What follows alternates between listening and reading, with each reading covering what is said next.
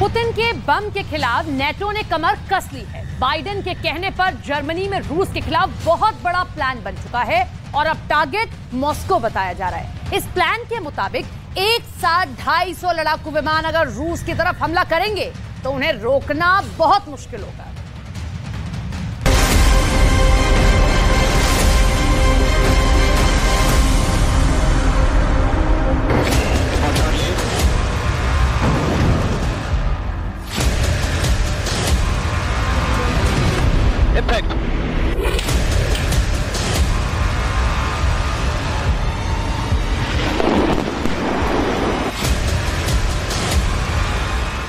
Europe से बहुत ही खतरनाक फाइटर जेट लॉन्च हो रहे हैं। ये वीडियो पुतिन को डरने पर मजबूर कर सकता है क्योंकि खतरा परमाणु हमले का भी है।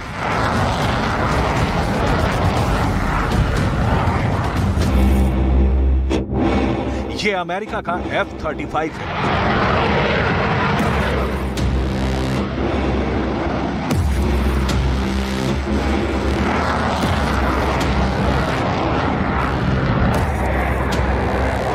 ये स्वीडन का ग्रिपेन है।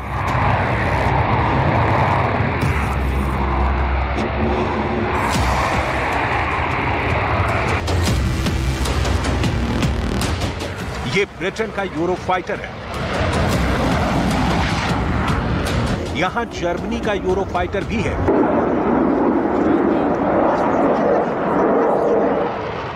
ये फ्रांस का राफेल फाइटर जेट है।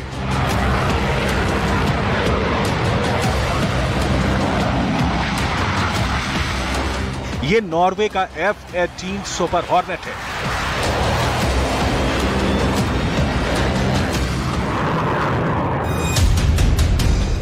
ये बेल्जियम का F-16 है।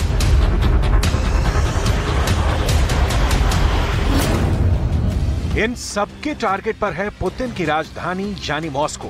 ये फाइटर हर दिशा से उड़ेंगे और इनके निशाने पर होगी रूस की कैपिटल। रूस पर सबसे बड़ी बमबारी के लिए यूरोप और नाटो की एयरफोर्स पूरी तरह से तैयार है। अगर ये विमान रूस की सरहद में घुस गए तो क्या होगा? क्या पुतिन इन्हें रोक पाएंगे या ये मॉस्को पर ऐसी बमबारी करेंगे कि नौबत वर्ल्ड वॉर की आ जाएगी?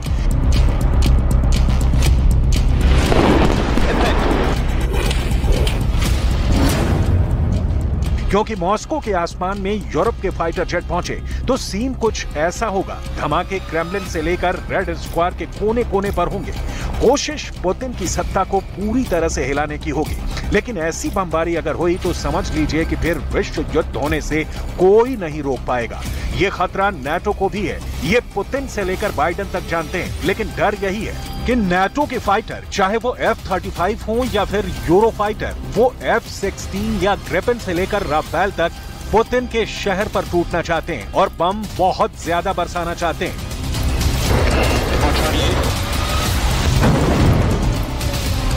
अब ऐसा डर क्यों है और यूरोप की मॉस्को के खिलाफ बड़ी तैयारी क्या है, इसे गौर से समझिए। नाटो अपने इतिहास का सबसे बड़ा हवाई युद्धाभ्यास करने जा रहा है। नाम है एयर डिफेंडर। इसमें 25 देशों के 250 से ज्यादा जहाज शामिल होंगे।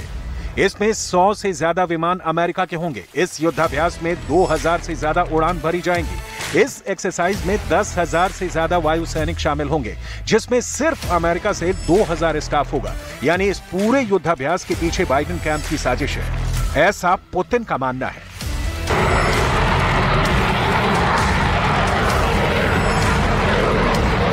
25 Nationen, 250 Flugzeuge mit fast 10.000 Teilnehmern. Das sind insgesamt dann in den knapp 10 Tagen, die wir üben werden, kommen wir damit auf circa 2000 Flüge insgesamt.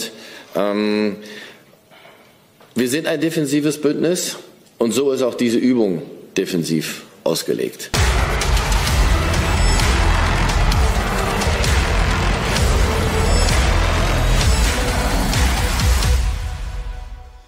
इस युद्धाभ्यास में उत्तरी यूरोप से लेकर बाल्टिक देशों का पूरा एयर स्पेस इस्तेमाल किया जाएगा और जाहिर है यहां हर मिशन का टारगेट सिर्फ और सिर्फ रूस होगा। पुतिन होंगे, उनकी एयरफोर्स होगी और रूस के शहर होंगे। इस युद्धाभ्यास में प्रैक्टिस की जाएगी कि कैसे युद्ध के दौरान रूस के खिलाफ मिशन शुरू किए जा सके, कैसे विमानों को एक बेस से दूसरे बेस और फिर रूस के करीब तक ले जाया जाए। अभी इस युद्धाभ्यास की मेजबानी जर्मनी कर रहा है, जहां के बहुत से एयरबेस इस एक्सरसाइज को लेकर एक्टिव कर दिए गए हैं। साथ में द नीदरलैंड्स और चेक गणराज्य में भी ऑपरेशन किए जाएंगे। हैरत की बात यह है कि कलिनिनग्राड को लेकर नाटो डरा हुआ है और रूस के इस इलाके की तरफ से वो कोई उड़ान नहीं भरेगा।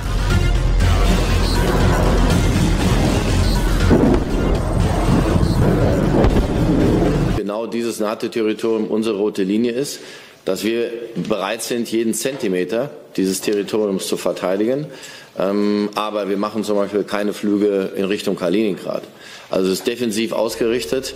नाटो के लगातार होने वाले छोटे छोटे युद्धाभ्यास से ऐसी तस्वीरें आई हैं जिनमें बहुत ज्यादा आग है, जो ऐसी नजर नहीं आएंगी। इसके मायने समझने होंगे तो आपको बहुत बड़े बड़े धमाके जरूर दिखेंगे, जो मॉस्को में हो सकते हैं, जो सेंट पीटर्सबर्ग में किए जा सकते हैं। ये KC-135 टैंकर है जिससे अमेरिका और बाकी नाटो के लड़ाकू विमानों में ईंधन भरा जा रहा है ताकि ये लंबे मिशन के लिए तैयार हो सके। नाटो में शामिल देशों ने रूस विरोधी गुट को इसलिए चुना क्योंकि वो पुतिन को बड़ा खतरा मानते हैं और रूस के खिलाफ मिलकर लड़ने में अक्लमंदी समझते हैं, क्योंकि इसमें कोई भी अकेले पुतिन का मुकाबला नहीं कर सकता।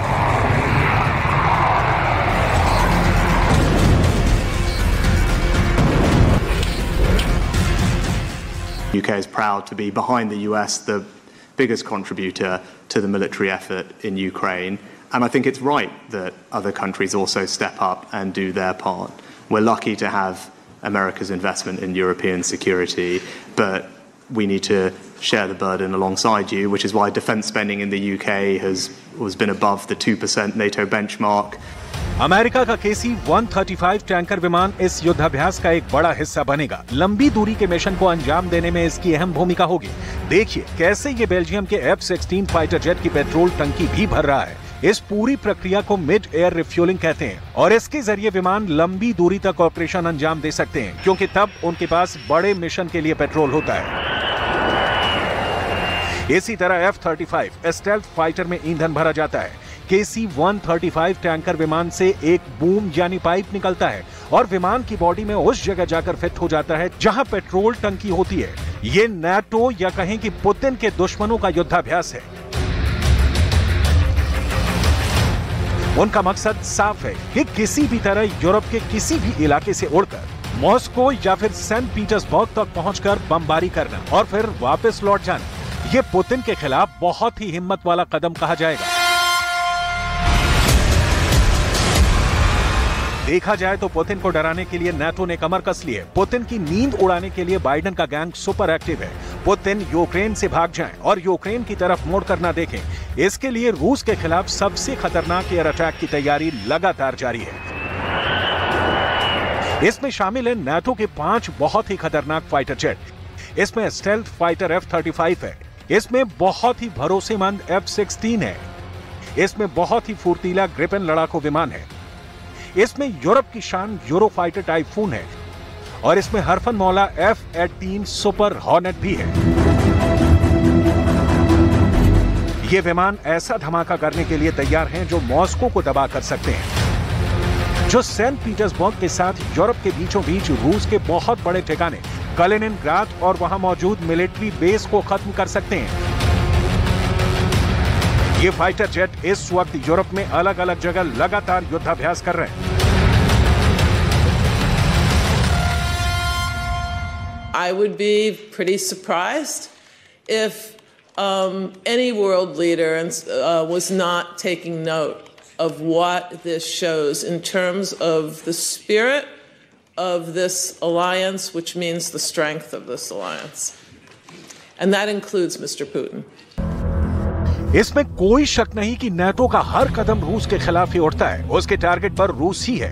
ये तस्वीरें हैं नॉर्वे की और यहाँ नाटो की वायुसेनाएं बहुत बड़े युद्ध की तैयारी कर रही हैं, जिसका अंजाम रूस की मिलिट्री पावर को पूरी तरह से खत्म कर देना है। इसके लिए ये पुतिन के घर तक पहुंचना चाहते हैं, यानी कि उनके शहर मॉस्को को बमबारी से दबा कर देना चाहते हैं। कोई शक नहीं कि इसके लिए इनकी तैयारी बहुत पुख्ता है और बड़े युद्ध के दौरान मॉस्को पर ये विमान देखे गए तो हैरानी नहीं होगी, क्योंकि पुतिन के खिलाफ साजिश तो मिलकर की जा रही है।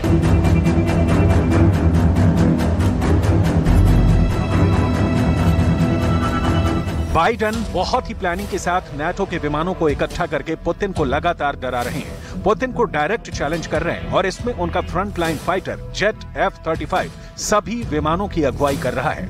अमेरिका और रूस के भी किसी भी बड़ी टक्कर में अमेरिका सबसे पहला वार इस फाइटर जेट से करना चाहेगा। F-35 अमेरिका का स्टेल्थ फाइटर जेट है जो रडार की पकड़ में नहीं आता, यही इसकी सबसे बड़ी खासियत है।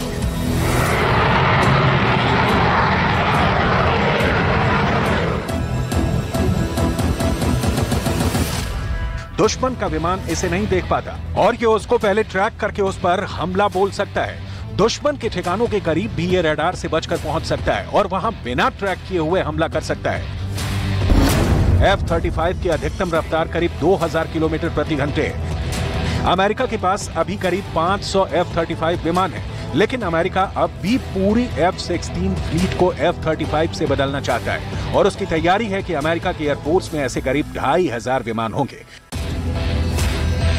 अमेरिका अब नाटो के अलावा अपने कई करीबी देशों को इस विमान से लैस कर चुका है। अमेरिका का इरादा साफ है, वो पूरे यूरोप को इसी फाइटर से बचाना चाहता है और आर्कटिक के इलाके में ये जहाज तैनात करके अमेरिका ने अपनी तैयारी दिखा दी है।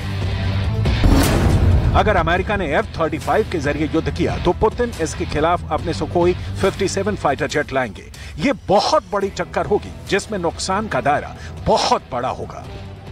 दुनिया के सबसे आधुनिक फाइटर जेट अगर एक दूसरे के सामने उतरेंगे और उनका आमना सामना हो गया तो ये यूरोप के आगे की टक्कर होगी। ऐसे हालात में विश्व युद्ध को रोकना मुश्किल हो जाएगा और नौबत परमाणु युद्ध की भी आ सकती है। ये डर इसलिए है क्योंकि इन फाइटर जेट्स की वजह से यूक्रेन से भी बड़ा युद्ध होने का खौफ बढ़ने लगा है।